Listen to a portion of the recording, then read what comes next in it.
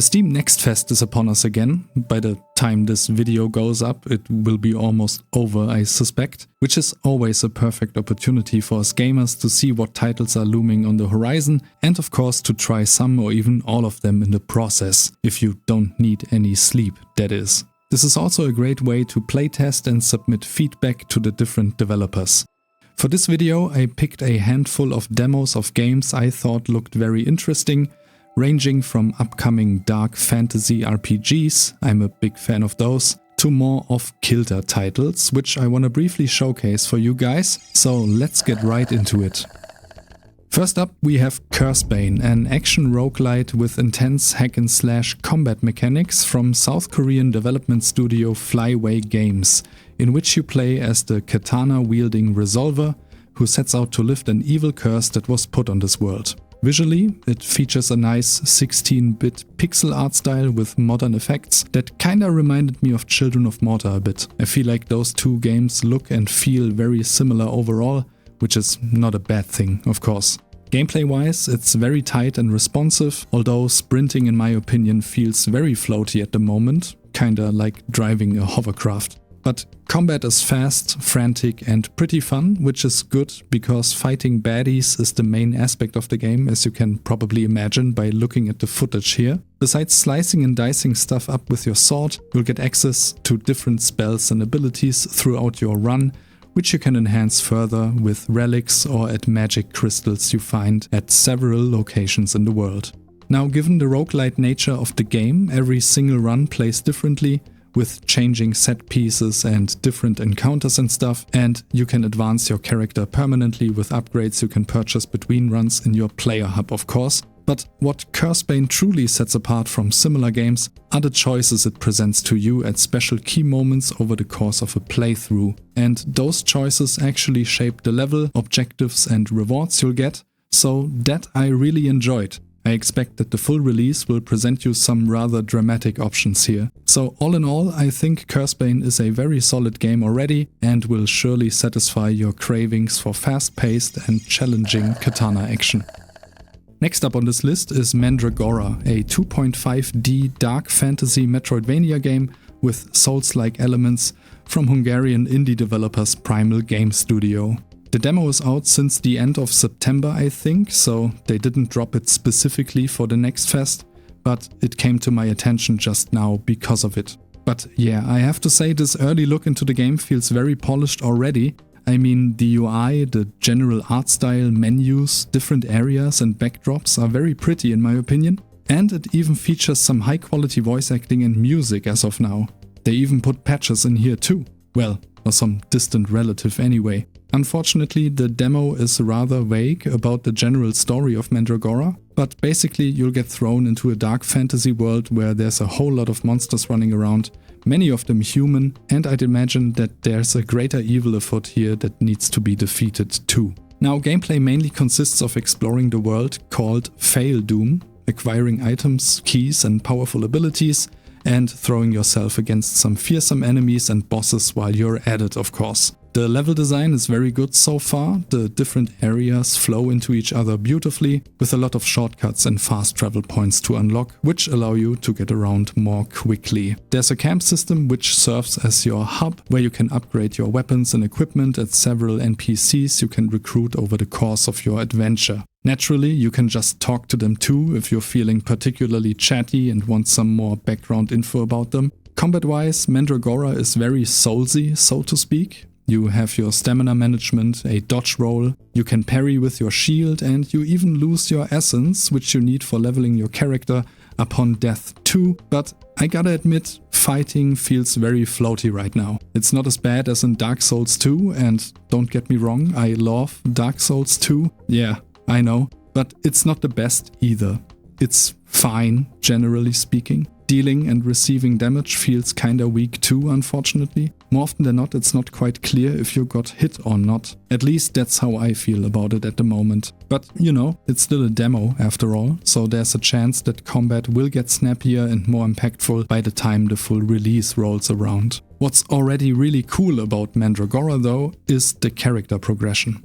There's a whole skill tree, possibly several, for you to explore, and although you can only play as the fighter in the demo, it seems the full game will allow some kind of hybridization, hopefully enabling you to dabble into some of the skills of the other classes as well. That's what I'm suspecting anyway. Overall, Mandragora is a very cool game already, with a high production value, satisfying exploration, and admittedly okay combat. So if you think that a challenging dark fantasy Metroidvania game such as this could be something for you, I highly recommend checking it out. The third title I want to talk about is Sulphur, a first-person action-adventure game with extraction shooter and RPG elements. What a concept, by the way. Created by Swedish development studio Perfect Random. This is a fairly unique take on the just one more run before bad formula, where you play as a parish priest who finds himself in some sort of limbo called Sulphur, who wants to get revenge on a witch that set his church on fire. Unique because you can basically raid the whole dungeon to bring those extracted items and weapons over to the next run, in the hopes that they aid you in some form or another, if you can manage to teleport out of there alive with your enchanted medallion. The only prerequisite is that it needs to be fully charged for it to work. If you die before getting at least some equipment out, you lose basically everything except your starting gun and your shirt. And while your run may begin easy enough, it will get more difficult with every passing stage, with the levels getting bigger and more labyrinthine, larger groups of enemies to fight, and bottomless pits and traps to avoid. The gunplay here feels very good, I must say, with satisfying hit feedback and sound effects, and you can enhance every single weapon you find with magic scrolls and attachments like different kinds of barrels, for example, which in turn can provide you with more damage or other passive bonuses. Additionally, you get a sword for melee attacks too. There's a cooking system here as well. Combining several ingredients at a pot will result in you getting food, which you'll need to recover health or heal other ailments like poison, for instance. Of course, you can also eat those ingredients raw, although this will be not as beneficial to you as the cooked stuff. Now, should you meet your demise or teleport out of the dungeon, you will find yourself in your, take a guess, hub, where you can restock, converse with your congregation, and purchase all kinds of stuff before it's time for your next try. Come to think of it, almost every game in this list seems to have a player hub in some way, shape or form. Personally, I'm a big fan of the art style of Sulphur, which is very pleasant and whimsical looking, but don't let it fool you, because this game gets gory and brutal pretty much instantly. Also, I like the dialogues quite a bit. The writing here is very humorous already, and really fun demo, very addictive. And if you're just as intrigued as I am, I invite you to try it out for yourself. Sulphur enters early access on October 28th, so it's basically just around the corner. I'm not quite sure about what exactly I played here, but it was definitely very funny. Secret Agent Wizard Boy and the International Crime Syndicate is a new third-person action-adventure puzzle platformer created by the Szymanski clan. These are the people behind games like My Friendly Neighborhood and Iron Lung, for example. And this is what piqued my curiosity in the first place, to be frank. It obviously takes a piss at the franchise featuring a certain wizard boy who lived, and is very much inspired by the older games of the series I used to rent out all the time as a kid. In Secret Agent Wizard Boy, you play as the titular Secret Agent Wizard Boy, who gets tasked by the MI6 into infiltrating the International Crime Syndicate run by Professor Grumblemort, which so happens to hide deep within his wizarding school. To achieve your goals and ultimately topple Grumblemort, you have to stay undercover and blend in with your fellow students if you don't want to get caught. The demo features just this one level, but I feel like it gives you a pretty good idea about what kind of things you'll be able to do in this game. For example, you can mix potions, learn and cast different spells, and cause all sorts of mayhem at the school grounds, involving your classmates and yourself, of course. It's all physics-based, so prepare to see some really screwed up ragdolls. The Secret Agent Wizard Boy looks and sounds totally swell already, I think. The music is particularly enchanting, and there's even online multiplayer available to try out as well. Which I didn't, so I can't tell you much about it. I'd reckon it's even more chaotic than single player. So give this one a try if you like. I think this will turn out to be a very fun and anarchic playground for you and your friends to play in. Also, screw J.K. Rowling. I am Frog. Lop, lop, lop. The second to last game on my list is Voin, a first-person dark fantasy action RPG created by Romanian solo developer Nikita Zosidar, in which you play as the ultimate weapon, basically, that was created to purge the world of a plague that consumed all life. And Voin had my mouth agape from the start, I'll tell you that much, because for one, I think the art direction in this game is absolutely stunning. The weather effects, the lighting, the architecture of the buildings, the general look of all the things. Although it goes for a modernized retro visual style, I think it's very pretty to look at already. I love the setting as well. Given its premise, Voin has a rather post-apocalyptic feel and atmosphere to it and is very immersive. There's no overarching narrative yet, but according to the developer, it will be implemented in the full release, of course. Secondly, the gameplay, mainly consisting of running around and smacking dudes, is very tight and responsive, encouraging you to play aggressively most of the time because you actually heal by killing enemies. There's no other way to recover health, as far as I know. You will collect different weapons and equipment throughout the carnage, which you'll actually lose upon meeting your demise before you get sent back to your home base, in which you can level your character and upgrade your stuff, should you have secured any. But you can get it all back, of course, if you manage to backtrack to the place you died at. Your gear is conveniently waiting for you in a meat sack upon re-entering the level, but should you die again on the way there, it's lost forever. I made the mistake of cranking the difficulty all the way up, only to get humbled by Voin time and time again. It's a very difficult game already, which is not a bad thing, don't get me wrong. It's just a general info for you. But you know, you can mess around with the difficulty sliders in your home base should it prove too challenging, which it did for me, obviously.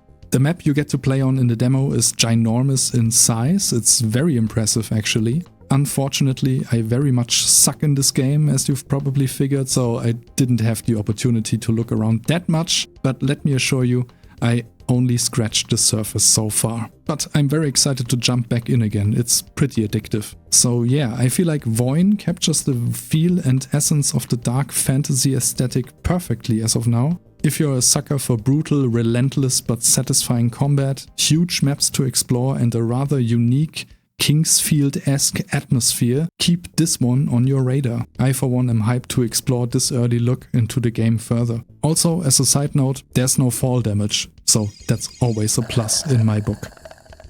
Finally, the last game I tried out was Hark the Ghoul, developed by indie studio Deep Denizens, that brings a creepy PS1 era art style and first-person RPG gameplay to a setting that feels like if Hollow Knight and Bloodborne were involved in some kind of fornication, and Hark the Ghoul was the birth product of this ordeal.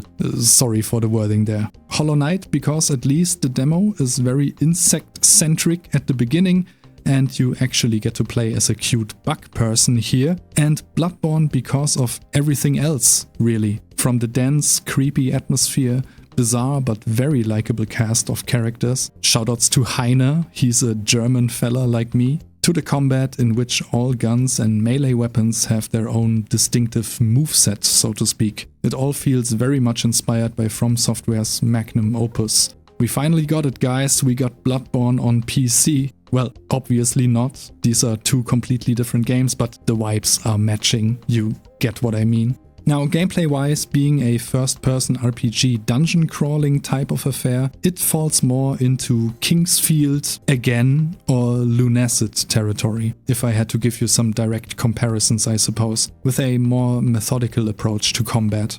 In this demo, you get to pick your class. You can try out a handful of weapons, consumables and spells, with a substantially sized, handcrafted and intertwined map to explore, and even a boss to fight. There's a literal skill tree in the hub at which you can enhance your character by spending nectar you find in the world or by killing enemies. And of course you lose all of your currently acquired level progress should you die, with a chance to retrieve it. That's the From Software influence for you once again. Also, there's a demo-specific feature here. One of the characters even tells you how much of the unique items are left for you to find in the game world at the end, so I thought that was pretty cool. All in all, I enjoyed the demo of Hark the Ghoul and what's implemented here already very much, and I'm excited for the full release, which is supposedly dropping sometime next year. So, these were the handful of games I tried during Steam Next Fest. There are tons of other demos to play right now, of course. I highly recommend trying a whole bunch of them and see what different studios are working on right now. Because it's going until Monday and it's possible that a large majority of demos will be taken down after the Next Fest ends. My advice is to just pick some games that look interesting to you and go from there. But anyway, with that said, I'll leave you to your thoughts again. I hope you enjoyed watching this video as much as I did making it, and I'll see you in the next one.